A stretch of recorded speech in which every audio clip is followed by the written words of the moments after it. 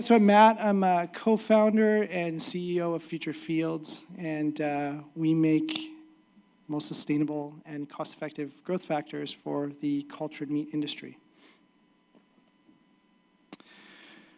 So today I want to talk to you guys about life and food, and more importantly, why we need to think about creating our next food system with cultured meat more sustainably.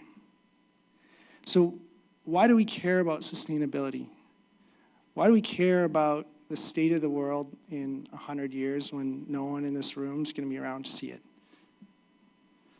Because someone else will be, right? Our kids, future generations of humans, future generations of animals, and every other living species will be. We work for a more sustainable future for them. My daughter's 2 years old now. We started our company right around the time she was born. And I'm sure all the other parents, aunties and uncles, grandmas and grandpas, caregivers in the crowd watching online feel that same sense of urgency that I do. We align our work with the needs of a planet in peril for them. That's what's at stake, life. And life is everywhere. Let's take a minute, let's stroll down memory lane to our first biology class where you would have learned about the circle of life. As kids, we learned animals consume plants and other animals.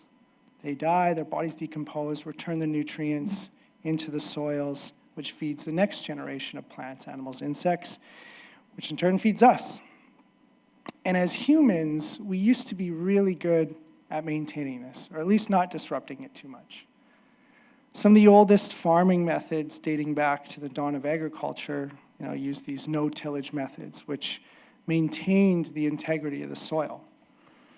And that is the foundation for all this. The foundation is the soil. It's the basis of the ecosystem. It's the very bedrock of the food chain. For meat production and crop production alike, so long as we're doing anything with plants or animals, healthy soils are required. Think for a second, have you ever dug your hands into really healthy, rich soil? Think about what it feels like, what it smells like, what it looks like. It's dense with organic matter. It's teeming with life. Insects, bacteria, fungi, all performing services in the soil's ecosystem. And keeping this ecosystem is absolutely essential for food production. 95% of the global food production is directly or indirectly linked to our soils. And to root this in cell ag and cultured meat production, this means things like crops for hydrolysates, sugar for the glucose and basal media. So even cultured meat and cell ag requires healthy soils.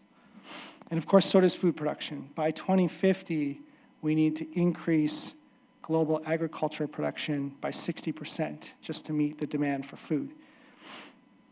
And a lack of any one of the 15 nutrients that are required for plant growth would significantly limit crop yield. The need to protect what we love and our way of life has driven the need to scale. We've had to maximize yields to feed 8 billion mouths and the countless number of animals that are involved in industrialized agriculture. And this need for maximum yields has had some pretty severe side effects. It's disrupted the natural cycles of our soils. We've resorted to methods of industrialized monoculture, which is fed so many efficiently and cheaply, but again has ruined biodiversity and it's ripped life out of our soils. We now have to mine nutrients from the earth and jam them back into the soil just to keep the machine going. It's a very unfortunate reality of our scaled food production system.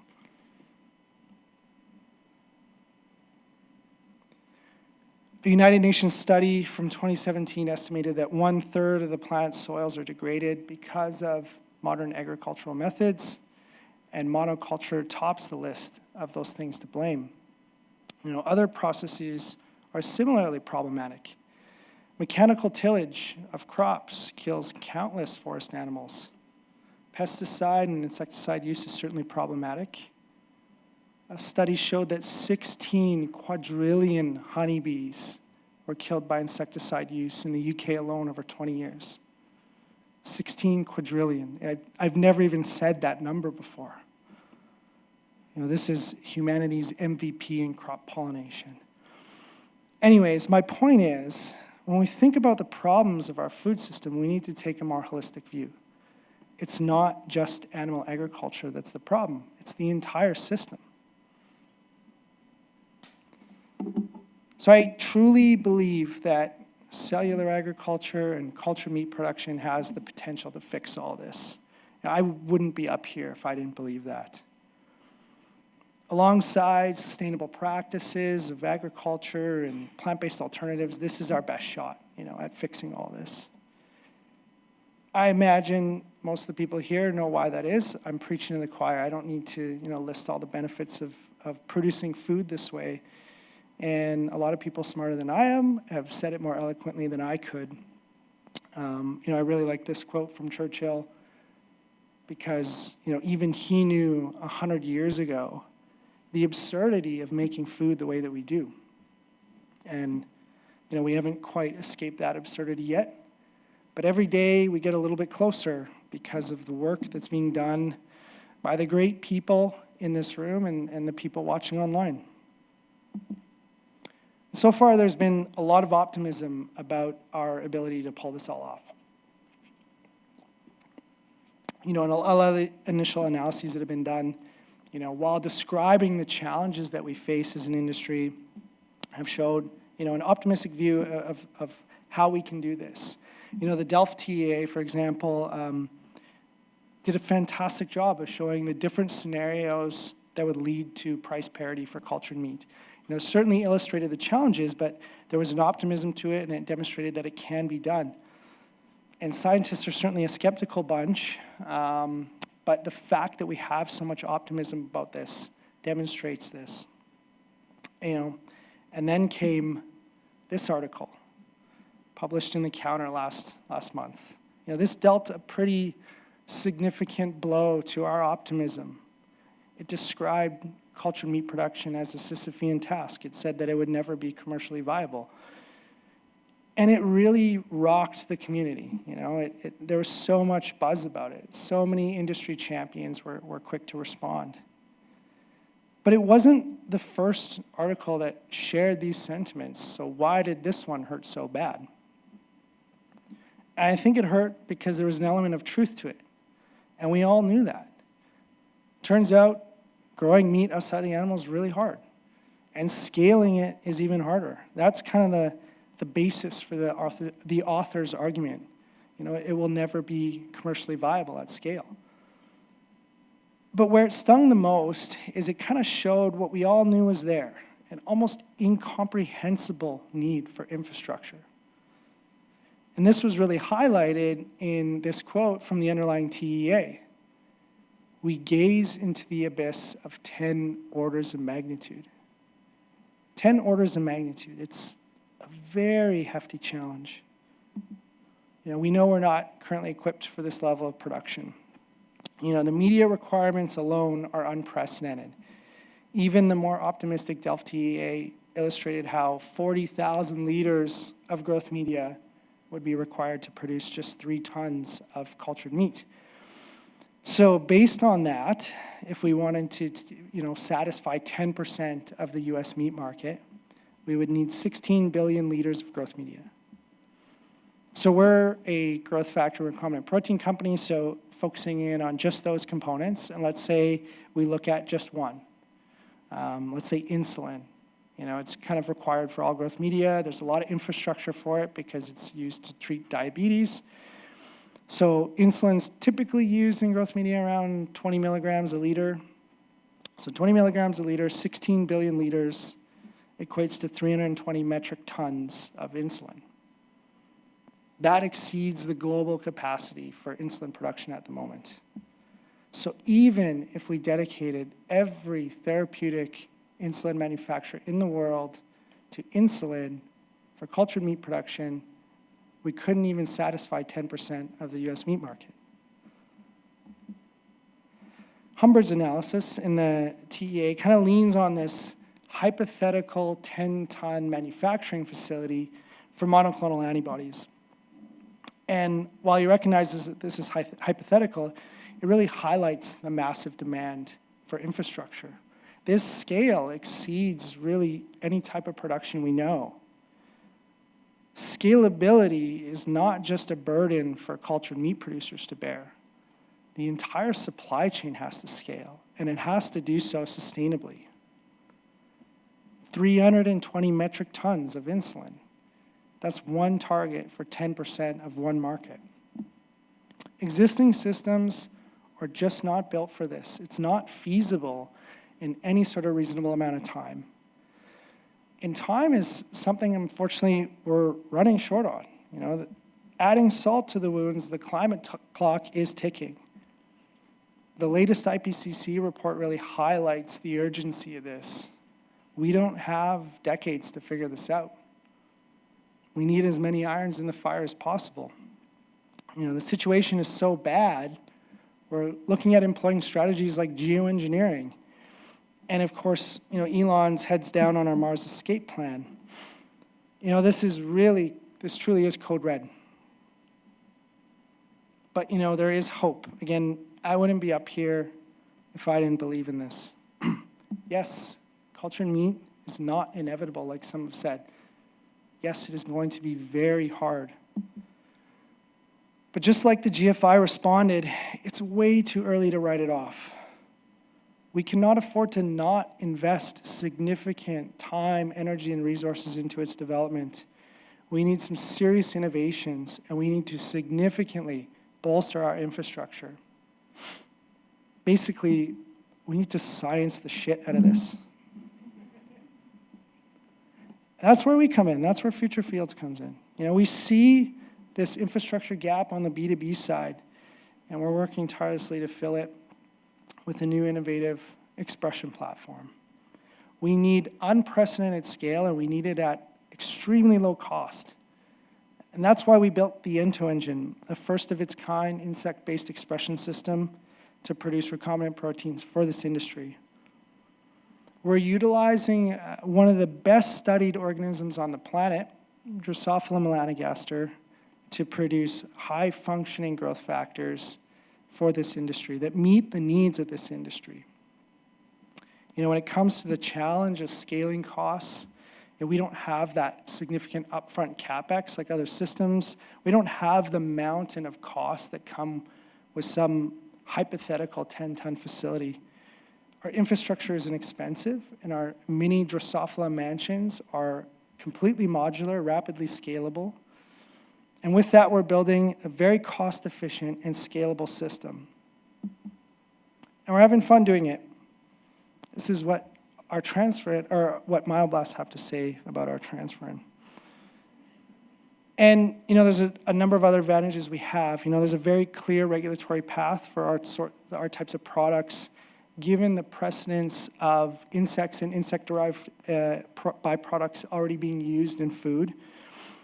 And we know how important the regulatory is for the inputs as well. That's certainly been highlighted today. We're spending a lot of time and energy on this. We just had a meeting with the FDA actually this week about pursuing GRAS status for our growth factors. But most importantly, we have the potential to produce extremely sustainable inputs, with basically zero waste output and completely upcycled inputs. We built this platform with all of these things in mind: cost, scale, food safety, and sustainability. And when I said we can scale fast, I really mean it. This is what we've accomplished so far. So we launched our first product, FGF2, back in February. At the time, we were producing literally just enough for our own in-house testing. And we started sending out samples to many of you here in the crowd, and realized we really needed to boost our production. So we hired a fantastic team of engineers who built, those Drosophila mansions I mentioned, this completely modular scale-out system that allowed us to hit 10,000 liters of supplementation capacity by July. And we're continuing to build this up well into the future. This is where we'll be going over the next 10 months or so. So this is specifically for FGF2, but you can assume a similar trajectory with all of our products. And we have a lot of certainty around this, again, because of the scale-out strategy. We don't run into the unforeseen challenges of scaling up. It's completely modular. So we can say with a fair bit of certainty, this is what our production capacity looks like over the next 5 years. So we anticipate, being able to hit around 2.5 million liters of supplementation capacity per month by 2026. And we can trace that directly to the footprint that's required, because again, it's completely modular. So to hit that number, to hit 2.5 million liters per month, it would actually only require about 2,000 square feet of dedicated facility. And if you're really interested in what that looks like and how we do this, you can come find us after. We can show you some cool pictures.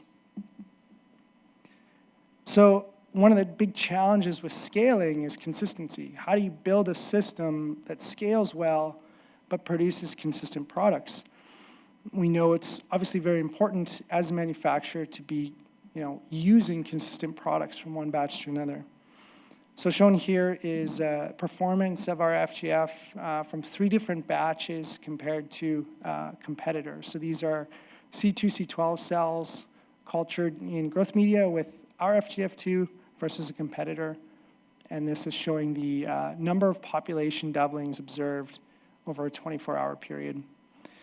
So as you can see, not only do we see a faster rate of proliferation, but we also see very consistent performance from one batch to another. And this is something we've seen in our partners' hands with their cell lines as well. So now let's talk about everybody's favorite topic, which is cost. Scaling really only matters if we can do it cost effectively, right? We need to get down to price parity. We can only do that with inexpensive inputs. So these are our price projections over the next 5 years as well. And to be specific, these are prices, not our cost of production. So right now, we offer FGF2 for about $150 a milligram. You can find that price on our website right now. You just add it to a cart, check out. It's like Amazon for growth factors. So as we continue to scale, the benefits that we'll see from the economy of scale will drive down our production costs, obviously, showing a trajectory that looks something like this. Ultimately, we know with inputs like FGF2, they need to be below, well below $1 a milligram at scale. Other products like, transferrin and albumin need to be much lower. These are, need to be unprecedented costs. So we also have transferrin available, which, as you've seen, Myoblast Fine Delicious. Albumin is something we're working on as well, prolactin, insulin, and a number of other bespoke products that we're working on with our partners. And if you're interested, you can see a complete product roadmap on our website. So again, we turn to the services of the ecosystem, and we steward the rearing of our insects and pay homage to the role that insects play in all food systems.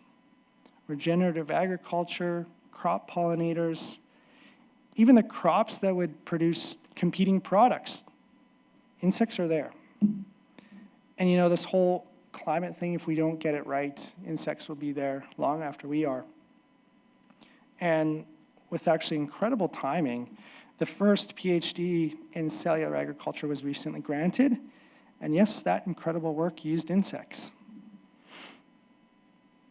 As we look to new systems like cultured meat and cellular agriculture, we need to widen our view of the problems with our food system, or we're doomed to repeat the problems of the past. In the beginning of our story, animals' life and healthy soils beget the requirements for food. A balanced ecosystem operating in harmony until we came and scaled life out of the equation. And now we sit staring across a chasm of challenges. With the looming climate threat, we don't have the luxury of hoping for a miracle home run. We need to be focused on base hits. We need to focus on real, tangible steps in the right direction towards a more sustainable future of food production. As an industry, we do face a mountain of challenges, but Future Fields is very proud to be a part of this as we play some small part in the next agricultural revolution alongside all of you. So thanks everyone for your attention, really appreciate it. Again, thanks to the conference organizers. This has been fantastic. Chris and I are here for a few days. My understanding is Chris owes a few of you some beers, so please be sure to collect tonight. Yeah, thanks again for your attention. Happy to take any questions.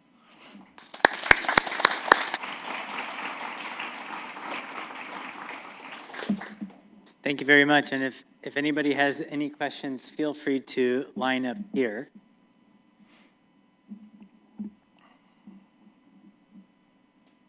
Hi, I'm Jess Krieger. Great presentation. Thanks, Jess. I have a question about the expression systems for the recombinant proteins. Microbial systems aren't well equipped to do proper protein folding and post-translational modifications of proteins. What about Drosophila? Yeah, so what we know is that pretty much all of the post-translational modifications and different types of protein folding are really well conserved in insect cells. That's part of the reason we chose it as well, is needing to produce high-functioning proteins. There's this misconception that growth factors work or they don't.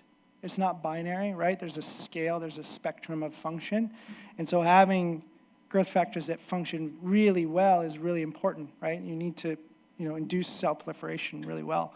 So from what we've seen, and we think that's part of our hypotheses of why we get better proliferation out of our products, is because the protein itself, it's better folded, possibly more stable, has the proper epitope decorations, post-translational modifications on the protein that are essential for protein function. And do you think that's the case for your entire projected product portfolio? Well, I can't say until we're doing it, but so far so good. FGF2 is a pretty simple protein. That's not a huge challenge, obviously, but transferrin, is glycosylated. It has some disulfide bonds in there, so definitely a more challenging protein, and we've seen really good performance with it as well. So can't say for certain, but we're pretty confident that we'll be able to produce most, if not all, proteins. The nice thing too is that if we do run into situations where there is some PTM that's not conserved in Drosophila for some reason, there's ways to put the enzyme into the background of that line as well, so that it can facilitate that modification. Great, thank you. Thanks, Jess. Hi, thanks, Matt, for such a wonderful talk. I'm Bree from New Harvest, and I loved your focus on the ecosystem and the soil and ecosystem services. I do think that's something the field oftentimes doesn't talk enough about. So do you think that those benefits of trying to go back to ecosystem services and preserve our soils is a guarantee in this field? Or do you think there's something that we should be doing as an industry to ensure that those impacts are achieved? Yeah, I mean, that's exactly it. I think that's kind of the point here is, we can't just rely on, systems that aren't going to fix the whole side of food production, right? It's not just about animal agriculture. So we need to be cognizant of employing methods and using sustainable inputs, right? It doesn't matter if we achieve commercialization of cultured meat if the inputs, the supply chain drags back in all that nasty environmental baggage. So absolutely, that's really important for this industry to consider, and considering it right now as we're developing it.